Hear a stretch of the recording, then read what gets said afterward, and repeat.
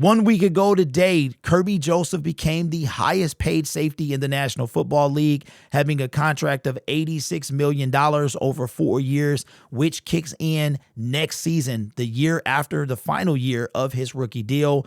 Kerby Joseph has become that guy. Him, Brian Branch, in my opinion, got to be the best safety tandem in the National Football League, and hopefully the Detroit Lions keep it that way for a while. Now, remember making the video, and specifically, usually you get the contract breakdown, and within a few minutes, you'll get the guarantee. You'll get like, okay, this much money was guaranteed, and I remember making the video, and I'm saying, what's the guarantee? What's the guarantee? What's the guarantee? Because Kerby Joseph is essentially making 21 something.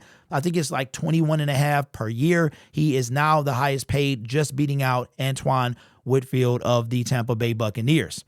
But we finally got the details today. I don't know if they've been out before this, but I know they became kind of a running thing today where everybody was making it known, and that is the contract breakdown. Now, this thing here, I'm going to be the first one to tell you, I don't really know too much about all of the details of how this stuff works. You got running money and all of this stuff, right? I'm sure I can probably look it up and dive deeper into it, but just it looks, I know one thing about Brad Holmes, he loves to do void years, so that means that I am fully expecting Aiden Hutchinson and most of Brad's contract to have void years. I remember very distinctly, I don't know if he did it before, but there was DJ Chark. So we signed DJ Chark to a 1-year deal. It was in 2022. It was 1 year. It was like 10.5 guaranteed or 10 million guaranteed. And what he did is it was like the exact same amount. It was like a salary, and then it was a bonus or something for 3 years. But then you had like the 2 years were voided because he was only one. It was a 1 year, 10 million guaranteed, but it was like it was 4 equal amounts pretty much. But 2 of the years were voided. It was crazy, but it was all guaranteed, but 2 of the years were voided. So basically, those are like empty calories. Like that's how void years works. So it's just for contract purposes. This thing here is like, wait till you see it. All right. So here's Kerby Joseph's. This is the contract breakdown. Okay. So this is coming from overthecap.com. As you can see, he's on the last year of his deal. These pencil icons here, they indicate when the new contract takes effect. So he's still on the last year of his rookie deal. He's got a base salary. Then you've got the signing bonus, per game, blah, blah, blah. Right now, next year, base salary of 1.2, we'll just say 1.2. He has a signing bonus of 2 million, an option of 1.9, game workout of 510,000. You can see that that's spread out over the length of the contract. Then you have the workout bonus, which is exactly the same. That comes to, so this comes to what? $2,040,000, right? That's what this is. $2,040,000. So then you have here, that comes to $600,000. So that's pretty much $8,040,000. Then you have the guaranteed salary that is for next season. Then if you go down here and you look, you've got 2027, 1.2. You've got almost the exact same thing when it comes to signing bonus. Then you have the option, right? And then you scroll down here and look at all the void years. There are 4 void years. So the voided years, so wow. So it's 8 years in total if you count the voided years, right? For a total, when it comes to his option of 69, but the entire contract. But check this out. When we scroll down here, look at this. It says, Kerby Joseph signed a 4-year contract. Wait till you see the guarantee. Extension with the Detroit Lions worth $85 million with $36 million in total guarantee. So $36 million in total guarantee. So that's what the total guarantee is. The contract is fully guaranteed at $24 million. Joseph received basically a $10 million signing bonus and has 4 option bonuses. You've got 9.6 in year 1 of the contract, 16 in year 2, 19 in year 3, and 23 in year 4. Joseph has $13 million in injury protection for 2027 that will become fully guaranteed partially in 2025 and remaining in 2027. So it is a bunch of stuff to look at here. But the voided years run through 2033.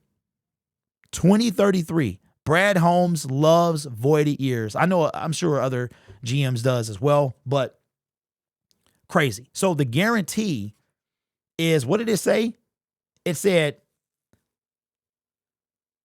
the contract is fully guaranteed at 24.38. Total guarantees is 36.1. So, I mean, is it really $85 million? Is it really $85 million? And then if you look, which is just, it's crazy. Let's take a look at, shout out to Over the Cap, man. You've got 2025 cash due, $8 million. 2026 cash due, $11 million. 2027 cash due, 18. I'm just, 2028, 21, and 2029, 26. And I'm assuming if you add all that up, there you go, $85 million. That's what that is. So there was a reason that the contract was not available. It was just general information like, okay, highest paid safety. Here's what it comes down to per year at 21.5. Here's what it is in total. That's why we didn't get the guarantees, because I don't think they knew. This looks like a monster to try to figure out. So Kerby Joseph looks like if you add voided years, it's 8, 4, and then 4 voided years. And again, I think this is a very good kind of look at it as to how it's going to work out. How it's going to work out right here. So he signed through 2029. Again, he's playing out the last year of his contract, and very similar to St. Brown, because St. Brown also, did St. Brown's, I can't remember last year. Did it start already? Was last year was year 4 part of St. Brown's contract? I can't remember. I don't know. I remember at the moment, and a few months after that, I don't know. When you get 45, man, it's hard to remember what happened 2 days ago. But let me know what you think. This is very interesting. Very interesting. I'm kind of eager to know, like, dive into this stuff and learn more. It seems super confusing, but kind of dive into it and learn more. I wonder what effect this will have on the contract extension of Aidan Hutchinson. Now I understand why Aidan is taking so long, because Kerby was entering year 4, which was the final year of his deal. Aidan is entering year 4. He still has 1 year left. I'm wondering, too, if the Detroit Lions will wait. Will they wait? Penei Sewell contract was extended after year 3. Remember, he played 21, 22, 23. He was extended before the 2024 season, which was last year. Amon-Ra St. Brown still had a year. Kerby Joseph still had a year. So outside of Penei, no one has gotten, no first round pick has gotten extended after year 3. And now we're waiting on Hutch, because remember, year 2 was Hutch.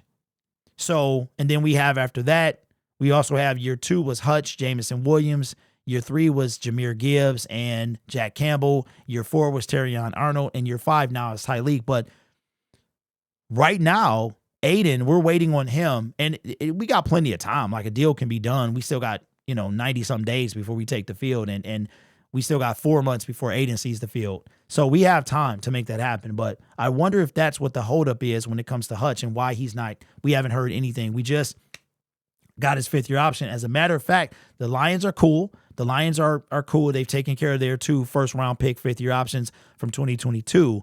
But that's that, and I heard a couple people today got picked up. But that's interesting to know if that's what's taking so long. It was like, wrap up Kerby because he's on the last year, and then we can focus on Aidan, because they had to probably figure out the dynamics of Kerby and how they were going to make that work, in addition to how they're going to do Aidan Hutchinson. And I think, like, next year is going to be something, because you're going to have 2 first-round picks that you got to decide on.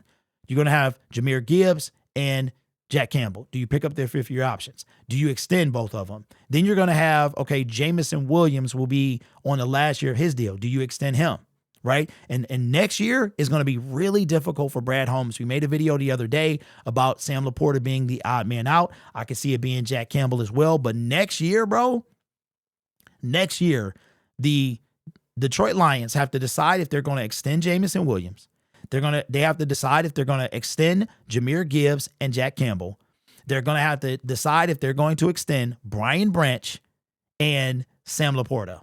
Like, just like that, man. 3 years have flown past. And none of those players are bad. The worst one, as we discussed yesterday, is Jack Campbell, right? So I don't envy Brad Holmes. I mean, listen, I'm a basement general manager. I enjoy my basement. I enjoy what I do. That right there, that is something I would not enjoy, because you've got to make a decision.